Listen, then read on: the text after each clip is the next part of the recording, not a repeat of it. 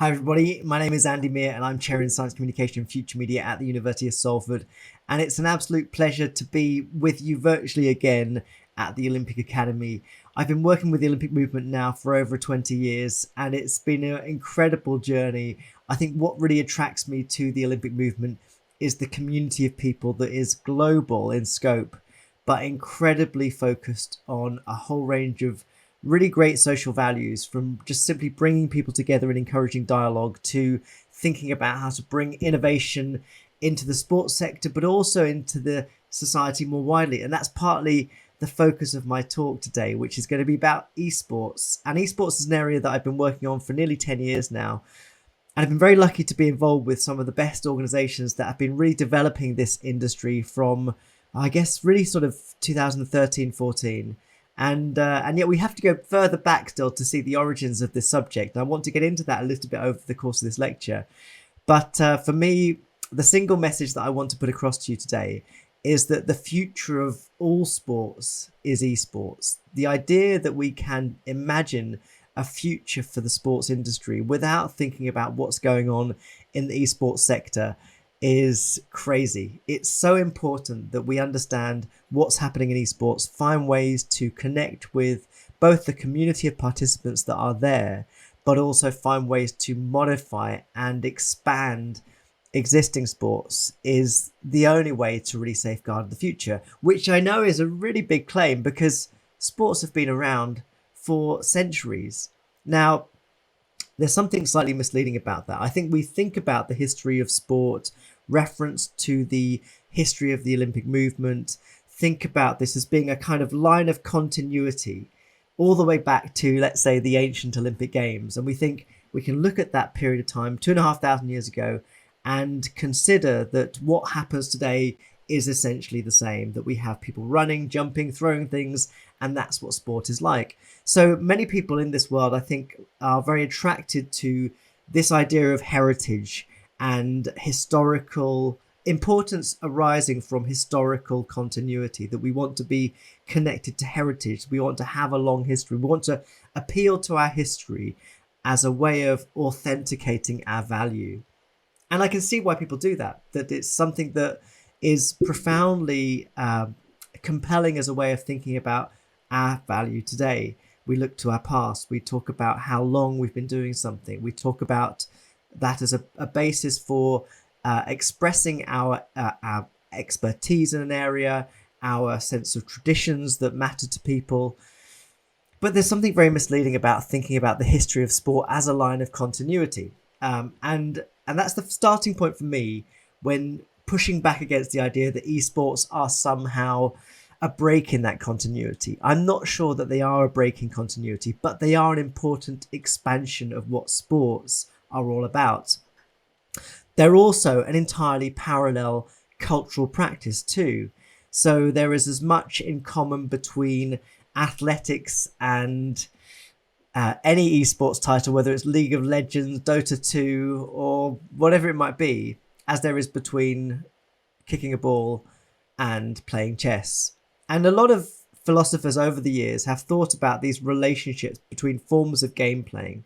It's not a bad place to start, though, in terms of thinking about what is similar and what is different. So we may think about game playing as being the continuity between these different concepts. And as society evolves, it goes through different iterations of elevating some games over others. So whilst there's some, I think, anxiety about connecting these two worlds, esports and sports, there's something common about them that is born out of the fact that they involve game playing, which is a useful connection between the two.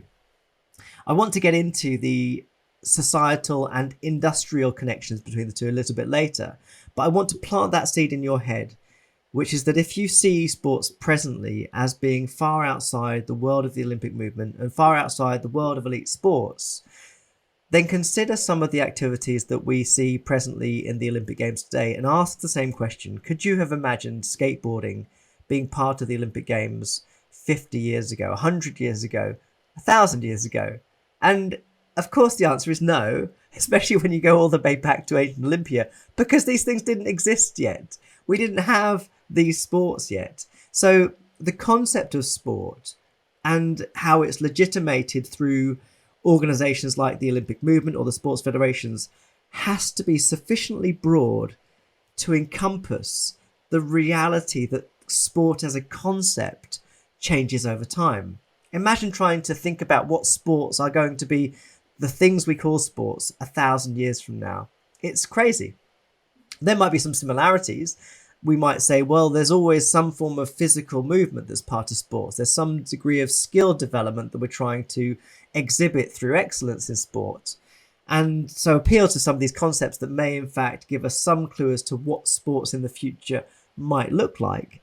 But it's still a really difficult thing to close off some activities, especially when you see what's happened over the last few years with the integration of skateboarding, of sports climbing, of BMX, even mountain biking, surfing, golf even. These are all sports that have gone through different journeys in legitimization within the sports industries and particularly within the Olympic industry. So I think it's dangerous to talk about what sports have been like in the past as a way of trying to close off a conversation about what sports may look like in the future. And when I think about esports and its relationship to this area, I also think about the future of esports and what that may look like too. There's some incredible examples of how esports are presently evolving into a whole range of different practices which have differing levels of physical activity, mental demands, teamwork, and these sorts of principles, I think, are much closer to what many traditionalists see as what sport should be regarded as proper sport. And so we can't appeal, I think, to the history of sports to understand what its future might be like. And that's why esports is interesting to look at. It's also interesting to consider what is the Olympic movement or what is the elite sports industry anyway. Because whilst we see the players on the screens and watch them and think that's what sport is, we know, of course, that that is just the tip of an iceberg. It is the visible component of an industry that is far bigger than that. It's far more complex than that. It's far more political than that. And it's also far more technological than that. So the creation or the curation of sports as an elite industry is reliant on the innovation culture that surrounds it. And you take, for example, simply the idea that modern sports are predicated on the capacity to represent them using television or screens or forms of media. These are ways of evidencing the fact that sport as an elite professional practice doesn't exist in a vacuum. It's not simply about going out and playing with a ball with some people to see who's the best. It is also a highly theatrical environment. And again, I think it probably always has been. It's always something, or it's always been something, the social value of which has been far bigger than just what happens on the playing field. And we know that because it doesn't really matter who's on the playing field, because we can always construct meaningful stories about what they do, no matter who it is. This is why I think there are criticisms actually of elite athlete sponsorship arrangements where, for example, an athlete is found to be doping and then is fined or banned from the sport. But their sponsor, they just drop the athlete and then move on to the next athlete without any penalties, without any major detriment to their brand. So one might argue that the foundation and the architecture of the Olympic movement and of elite sports brand is found not in the playing of the sports by the athletes, but in the industry that supports their being able to do so. Without that industry, without somebody that builds the stadium, that televises the content, there isn't the elite sports industry. It's been really interesting, of course, over the pandemic to think about these things because, of course, the fact that sports couldn't take place was a reminder that, in fact, the existence of elite sports is entirely reliant on those televisual mediums especially, but the entire media culture that surrounds it, where all the economic value that is brought into the sports that allows it to flourish is integral and connected to those media industries that make it possible, whether it's the sponsors, the broadcasters, or the online companies that push the content out. this is the beating heart of sports. And which is a very controversial thing to say, because of course anyone who is in sports administration or sports leadership would want to say, well, the heart of sports is the athletes. And yet of course we know that without those, if in fact we if without all those industries that support the production of elite sports events, we don't have elite sports at all. And in fact, the entire route towards becoming professional is reliant on that foundation. So I don't think one has to sort of choose between the two. These are all essential components of or ingredients of a recipe that is necessary to make elite sports work. But it's important to understand what's happening within those industries in order to appreciate why it is that the esports world is increasingly connected to the sports world, and why it is that we can see a growing affinity and relationship between the two. Now, one thing that happened that was really interesting this year was the Olympic Virtual Series, which was the next iteration of the Olympic movement's connection to the esports world. And if you haven't seen this, it's worth having a look online. And I would say it's probably the most important way in which the Olympic movement has tried to get closer to the esports world. And it consisted of a variety of online digital games that were played out that were quite closely connected to sports brands. So the games that were played were the sorts of games that have, or sorts of titles that have some sporting related content, whether it's basketball, racing, or even sailing. These were the sorts of activities that were chosen to be part of the Olympic series. So, and the Olympic movement has over the last year made very clear that its priorities in connecting with esports are bringing the value of physical activity into that community.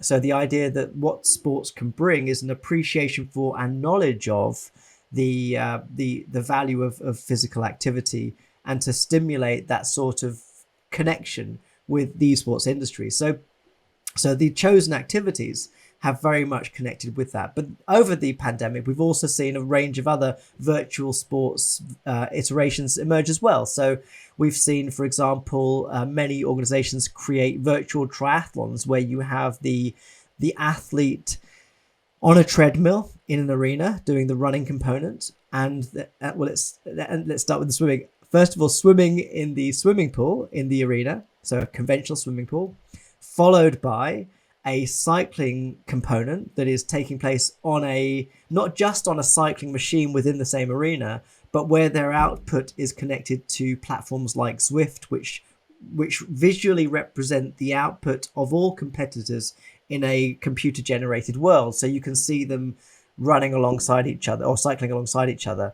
With the running component, the same is true. So these activities, it's not just transforming the physical world activity into a virtual world, it's also creating a communal space in which that can be witnessed by spectators.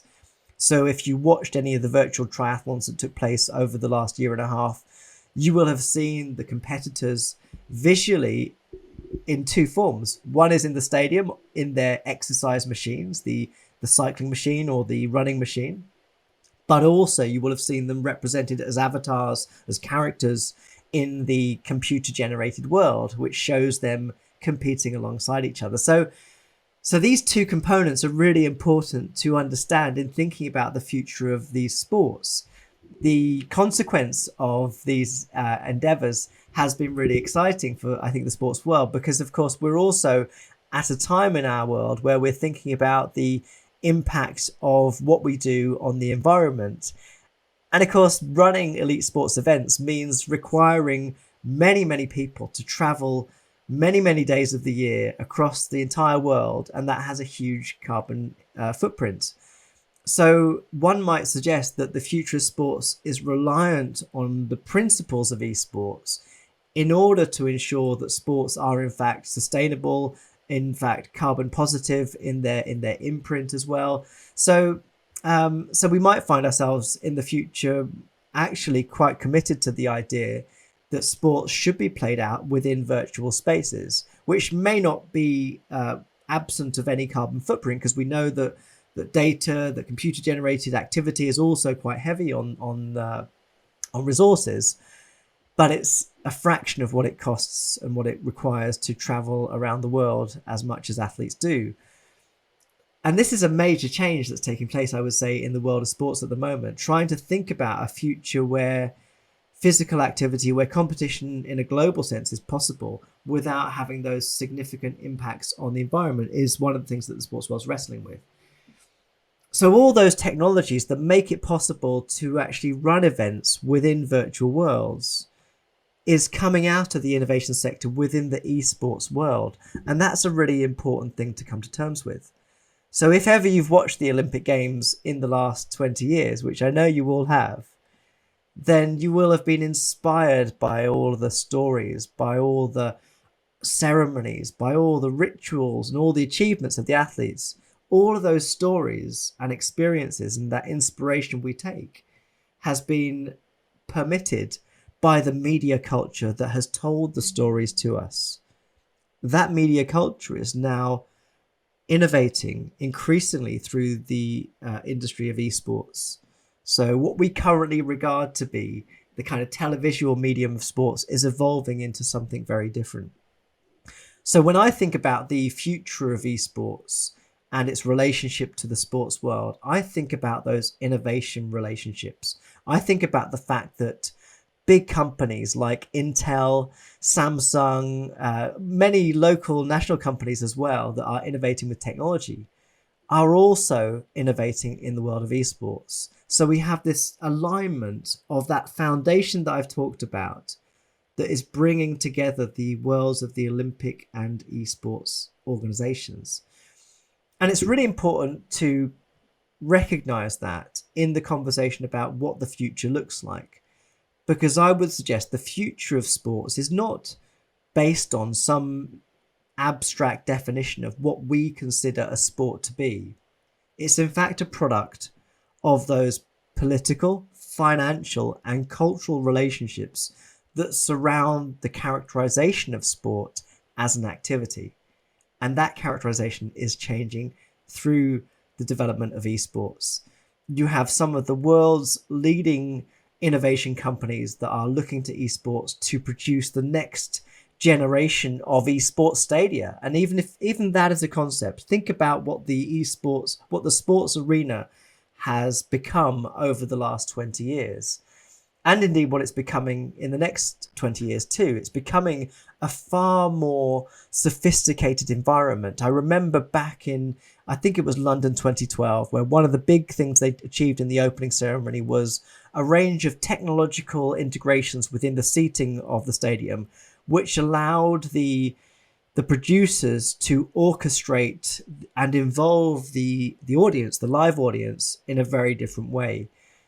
So the relationship between the spectator and the live performance is also changing through these technologies. These technologies are coming out of the esports industries. They're not coming from elsewhere. So if you want to see a great example, have a look at the League of Legends World Finals that have been, over the last couple of years, pioneering events, particularly in terms of the staging of the opening ceremonies. And we all sort of look to the Olympic movement as this wonderful example of what a ceremony can do to move us emotionally, to innovate technologically, and to completely wow us and show us something that's remarkable. Well, those sorts of breathtaking experiences are more visible now, I would say, in the esports arena than even in the Olympic arena. And in fact, some of these things are coming closer together. So if you look at the opening ceremony of, in fact, Tokyo and Pyeongchang, you will have seen the Intel drone displays, which were one of the things that everyone says was just remarkable. Intel is one of those companies that has been investing significantly into drone racing over the last few years. And drone racing talks about itself as real world computer game playing. And you will have seen perhaps some of the arenas that have been created of drone competitions, which are just extraordinary. So again, think about this as part of the definition of what esports is becoming.